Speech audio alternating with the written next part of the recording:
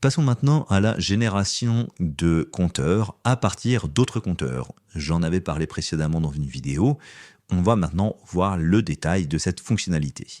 Alors, j'ai créé des compteurs, ici des postes de travail, à partir de la sélection d'un poste de travail que l'on voit ici.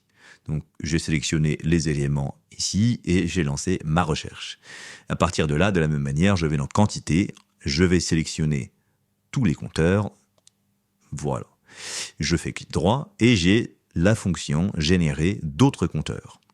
Je clique.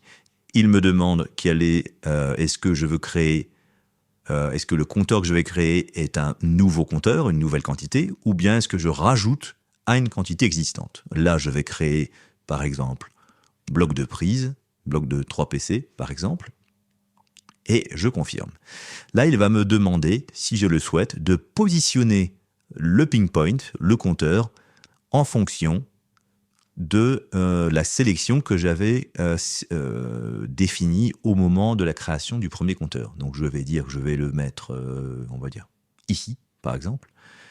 Voilà.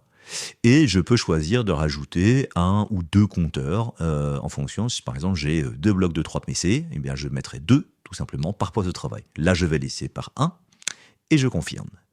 On voit qu'automatiquement, il a généré un compteur orienté sur chaque poste de travail en fonction de ce que je lui avais demandé, un compteur bloc de 3 PC. On verra également, mais ce sera l'objet des fonctionnalités sur les plans d'exécution, sur les modifications des plans, qu'on pourra insérer un dessin à partir de ce bloc de 3 PC qui permettra de les positionner par rapport à la première sélection, donc à la première, les postes de travail. Voilà pour cette fonctionnalité que nous reverrons un peu plus en détail dans des vidéos sur les plans